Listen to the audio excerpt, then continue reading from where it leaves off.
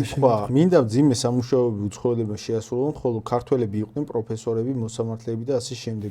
მე გამოდივარ ლიბერალი და თქვენ კონსერვატორი. პლუს უცხოელები იაფი მუშახელი. ზუსტად მაგ ლოგიკაზე გაყვნენ ფრანგები, გაყვნენ გერმანელები და აღმოჩნდა რომ ტიპები რომლებიც უბრალოდ შემოუშვირო ქუჩა დაეხვეტათ, იმ ტიპებმა მერე შექმნეს ცალკე უბნები, სადაც შენ ვეღარ შედიხარ, დააყენეს ისეთი სიტუაცია, ხალხს რომ ქუჩაში გაუშვებ შეიძლება გაგიბახონ, დააყენეს სიტუაცია რომ ლონდონის მერი გახდა პაკისტანელი და ბრიტანეთის პრემიერ-მინისტრი გახდა ინდუსი და ეგრე თუ გააგრძელეს, ხალხი რომელიც თავიდან ჩამოიყვანეს ევროპელებმა რომ ქუჩა დაეხვეტათ, დაიმკვიდრებს მათ მიწას. ზუსტად ეგ გეგმა ქონდათ ევროპაში. ჩამოვიყვანთ ვიღაც არაბები, აფრიკელები, ისინი იმუშავებენ. ბაღეებად, ჩამუშება და ჩვენ ვიჯდებით და კარგ შევჭამთ. ეგ იყო გეგმა, ის ჩამოსულები მერე განზე მოვიდნენ, გამრავდნენ. მერე ეგ გეგმა გადაიზარდა ლიბერალიზმში და იმათმა დაიწყეს უფლებების აღება, იმათმა დაიწყეს მთავრობაში თანამდებობებზე მოსვლა და ეგრე ვერავინ ვერ დაუყენებს საკითხს, რომ შენ იქ იმუშავე, სულ სამუშაო. მოქალაქე თუ გახდა, ყველა უფლება თუ აქვს და ჩვეულებრივად